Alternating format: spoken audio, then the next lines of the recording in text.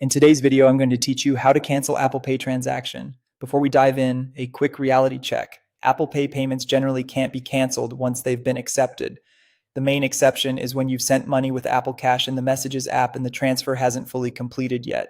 Timing matters here, so the sooner you check, the better your chances. If you sent the money in Messages using Apple Cash, start by opening the Messages app. Go to the conversation where you sent the payment so you're looking at the exact thread. Find the Apple Pay payment bubble you just sent and tap it.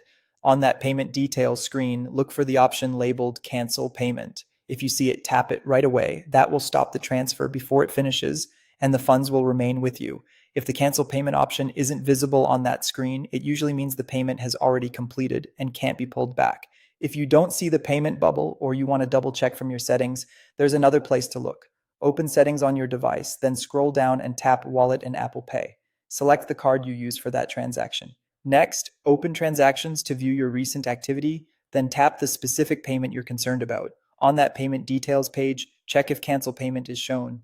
If it appears, go ahead and cancel. If it doesn't, that indicates the payment has already been accepted or completed and is no longer cancelable. Here's the important reality check again.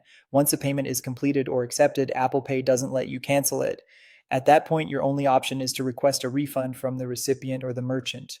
Be clear and prompt when you reach out and provide the date, amount, and any reference details visible in your transaction history to help them locate it quickly.